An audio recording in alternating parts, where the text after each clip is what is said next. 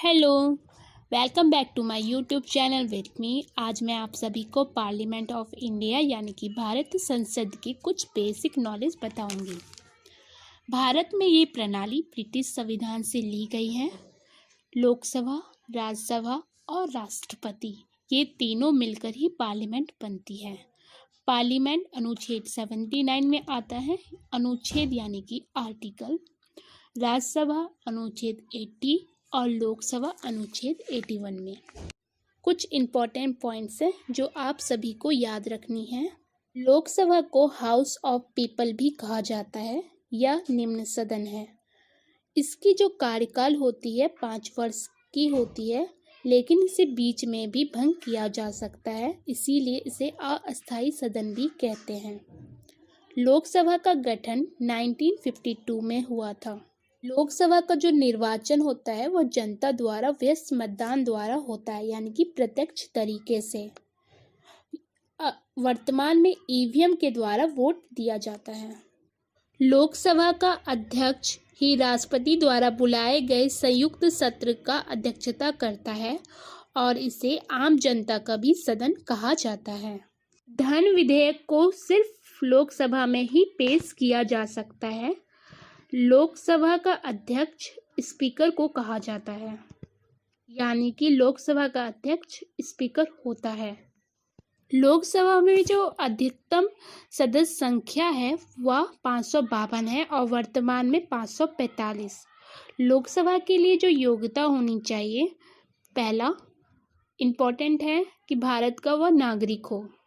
दूसरा, न्यूनतम आयु जो होना चाहिए 25 वर्ष या उससे ज़्यादा हो।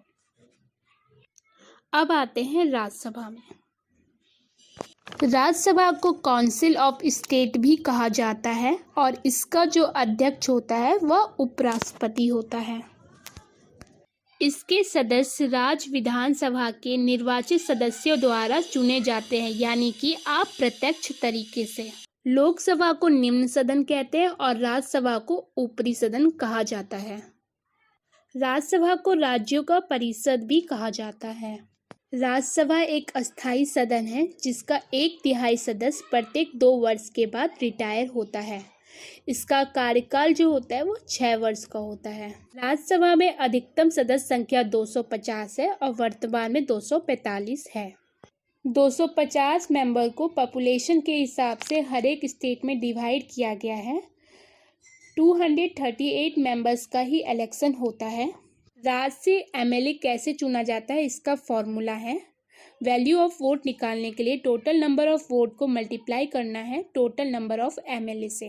फिर कोटा निकालने के लिए total number of vacancy +1 upon total number of vote करना है।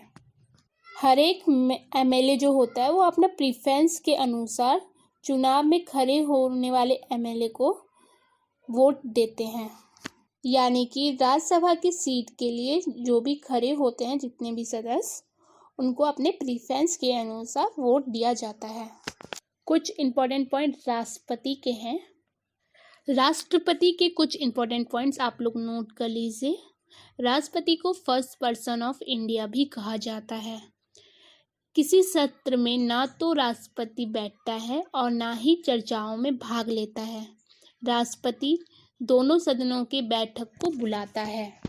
कोई बिल तभी पास होता है जब राष्ट्रपति उस पर हस्ताक्षर करता है।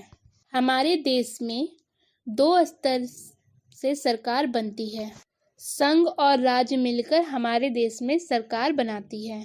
संघ का कार्यपालिका का जो हेड होता है वह राष्ट्रपति होता है। संघ के कार्यपालिका में राष्ट्रपति, उपराष्ट्रपति, प्रधानमंत्री और मंत्री परिषद आते हैं।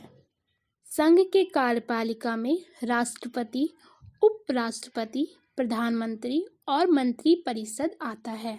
अनुच्छेद 52 में राष्ट्रपति के बारे में बताया गया है और अनुच्छेद 54 के अनुसार राष्ट्रपति का जो निर्वाचन होता है वह अप्रत्यक्ष तरीके से होता है। राष्ट्रपति अपना त्यागपत्र उपराष्ट्रपति को देता है और राष्ट्रपति को महाभियोग द्वारा हटा